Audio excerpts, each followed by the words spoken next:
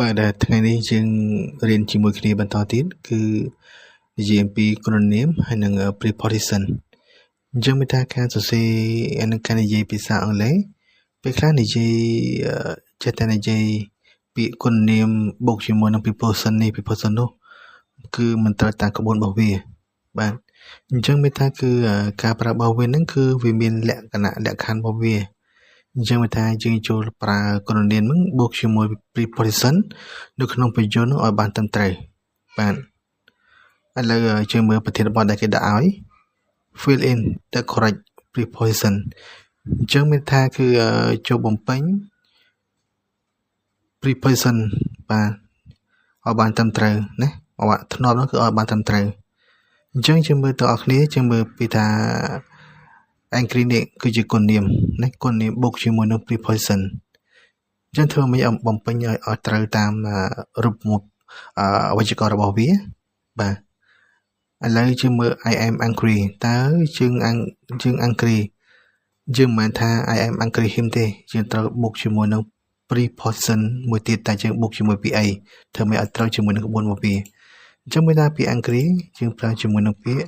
with អានឹងត្រូវចាំណាអញ្ចឹងវាថា I am angry with him for telling lie about me មានន័យថាខ្ញុំខឹងគាត់ដោយសារតែគាត់ហ្នឹងគឺនិយាយកុហកខ្ញុំបាទអញ្ចឹងមានថាបើសិនយើងនិយាយទៅគឺវាស្រួលទេន័យថាយើងនិយាយកាត់ឲ្យគេយល់ប៉ុន្តែការសរសេរវិញគឺសរសេរធ្វើម៉េចឲ្យតាមក្បួនវេយ្យាករណ៍ឲ្យយើង professional បាទយើងមើលទី2 afraid of តើយើងត្រូវបូកជាមួយពីអី preposition នេះអញ្ចឹង afraid of នៅកន្លែងនេះបាទជាង afraid of ជាងបូកជាមួយគេ afraid ហ្នឹងជាងបូកជាមួយនឹងពាក្យ of អញ្ចឹងមានថា are you afraid of him afraid ហ្នឹងគឺជាគុណនាមអញ្ចឹងមានន័យថាតើអ្នកខ្លាចគាត់មែនទេបាទជាងមួយទៀតគឺ Rome is famous បាទ famous អញ្ចឹង famous គេ famous នេះគឺជាបូកជាមួយ preposition បូកជាមួយនឹងពាក្យ for បាទអញ្ចឹង Rome is famous for it នឹងគឺជាគេ it នឹងគឺជា pronoun សព្វនាមកម្មសិទ្ធិពីចំនួននៃ Rome នេះបាទ Rome is famous for its historical monument បតាវិមានណាវិមានណាអញ្ចឹង historical ហ្នឹងគឺជាប្រវត្តិសាស្ត្រប៉ុន្តែន័យនេះគឺជាន័យគុណនាមបាទហើយបន្ទាត់ចេញពណ៌ក្រហមនេះមិនមែនថាវាខុសទេដោយសារតែវាលុតខ្ញុំដាក់សញ្ញាត្រេនេះអញ្ចឹងមានថាវាឃើញសញ្ញាក្រហមហើយបាទអញ្ចឹងទីក្រុងរ៉ូមហ្នឹង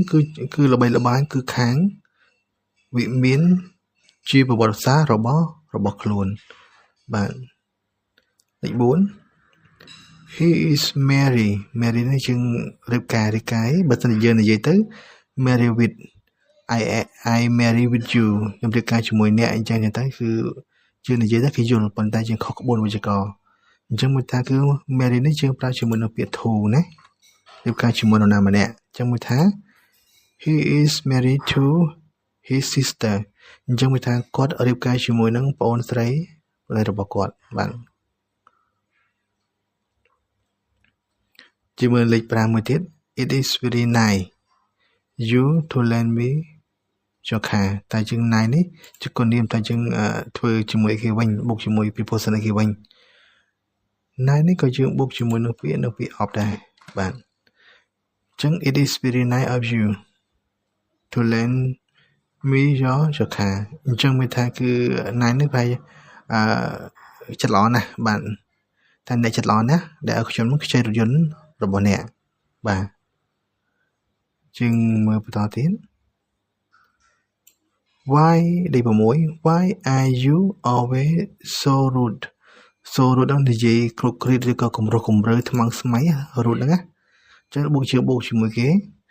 rude ហ្នឹងគឺយើងបូកជាមួយនឹង to បាទ why are you always so rude to your parents មានន័យថាតើហេតុអ្វីបើជាអ្នកនឹងតែងតែនិយាយគ្រោកគ្រីតហ្នឹងទៅកាន់ឪពុកម្ដាយរបស់អ្នកអញ្ចឹងមកណានិយាយគំរោះគំរើអញ្ចឹងមក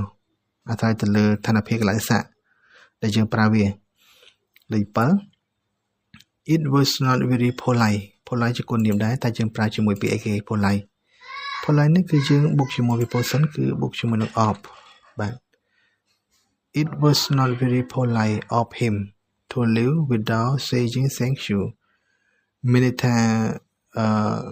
it is not very polite នេះបើយើងបកទៅថា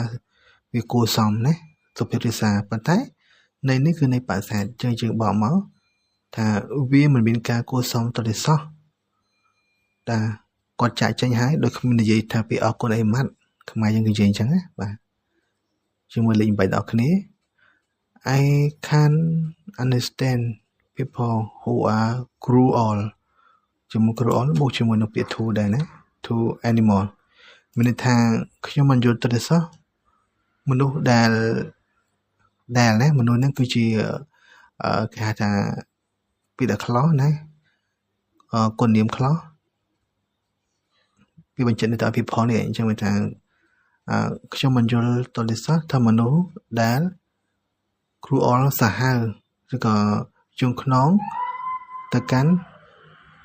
សត្វណា animal នោះគឺសត្វលេខ9 I have to stop to talk to you I'm a bit short នេះជឿប្រើជាមួយគេ short ហ្នឹងគឺប្រើជាមួយនឹងពាក្យ of បែរថាខ្វះណា short អត់បែរថាខ្វះថាខ្ញុំគួរតែឈប់និយាយជាមួយអ្នកហើយខ្ញុំគឺមិនមានពេលវេលាគ្រប់គ្រាន់នោះទេហ្នឹងគឺចង់និយាយយ៉ាងខ្វះពេលវេលាហ្នឹងបែរថាមិនមានពេលគ្រប់គ្រាន់អញ្ចឹងទៅណាបាទឬក៏ខ្ញុំមិនមានពេលគ្រប់គ្រាន់និយាយជាមួយអ្នកទេបាទលេខ10 Are you interested ជាប្រើជាមួយនឹងពាក្យគេពាក្យ in ណា Are you interested in football តើអ្នកចាប់អារម្មណ៍ការលេងបាល់ទាត់មែនទេជាមកណាជាមួយលេខ11ទាំងអស់គ្នា Your shoes are similar ជាគុណនាមដែរតែយើងប្រើពាក្យគេពាក្យ to ណាពាក្យ to Your shoes are similar to mine បាទអញ្ចឹងមានថាស្បែកជើងរបស់អ្នកហ្នឹងគឺប្រហែលទៅនឹងស្បែកជើងរបស់ខ្ញុំដែរអញ្ចឹងមានថាបើខាងមុខនេះនិយាយពីស្បែកជើងអាម៉ាញនេះក៏សំដៅទៅលើស្បែកជើងដែរបើនិយាយពីអ្វីផ្សេងអាម៉ាញនេះវាជាប្រណោណាមួយជំនួសនៃអ្វីដែលយើងចង់និយាយហ្នឹងបើយើងនិយាយថាមួកអានេះក៏ទៅជាមួកដែរមួករបស់ខ្ញុំដែរអញ្ចឹងណាប៉ុន្តែនេះគឺនៃស្បែកជើងអញ្ចឹងមានថានេះក៏នៃស្បែកជើងដូចគ្នាដែរស្បែកជើងរបស់អ្នកហ្នឹងគឺប្រហែលជាមួយនឹងស្បែកជើងរបស់ខ្ញុំដែរbut they are not exactly the same ក៏ប៉ុន្តែណា they ហ្នឹងគឺវាជាប្រណោចំនួននៃគេស្បែកជើងនេះពីព្រោះក្នុងវត្ថុហ្នឹងគឺចង់និយាយពីស្បែកជើងអញ្ចឹងមានថា they ហ្នឹងធម្មតាជាបកជាមនុស្សពួកគេប៉ុន្តែនេះវាជាប្រណោចំនួននៃឲ្យនាមពីស្បែកជើងនេះក៏ប៉ុន្តែស្បែកជើងហ្នឹងគឺមិនដូចគ្នាទាំងស្រុងនោះទេបាទអញ្ចឹងមកលេខ12នេះ we have ណាពាក្យពេញ we have got enough to eat the bridge is full ហ្នឹងក៏យើងប្រើជាមួយនឹងពាក្យ of ដែរមានន័យថាយើងមានអាហារគ្រប់គ្រាន់ដើម្បីហូបណាក្នុងទូទឹកកកហ្នឹងគឺពោពេញទៅដោយអាហារលេខ13ទាំងអស់គ្នា it would be clever យើងប្រើជាមួយគេ clever ហ្នឹងគឺយើងប្រើជាមួយនៅពាក្យ of ណា clever of បាទ It would be clever of her to study more for the next test មានថានាងនឹងគឺមានភាពឆ្លាតវៃមែនទែនដែលធ្វើរៀនបន្ថែមសម្រាប់ការធ្វើតេស្តបន្ទាប់ទៀតអញ្ចឹងមកណាលេខ14 He said he's very sorry ហ្នឹងក៏យើងប្រើជាមួយនឹង sorry គេ sorry for ដែរណា sorry for គាត់និយាយថា he said he was very sorry the situation but here was nothing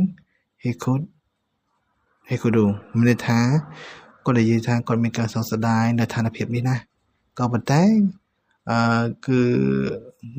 មិនមានអ្វីណាមិនមានអ្វីទៅសោះដែលគាត់អាចធ្វើបានបាទលេខ15ទាំងអស់គ្នា he is good ហ្នឹងគឺយើងប្រើជាមួយនឹងពាក្យ at ណា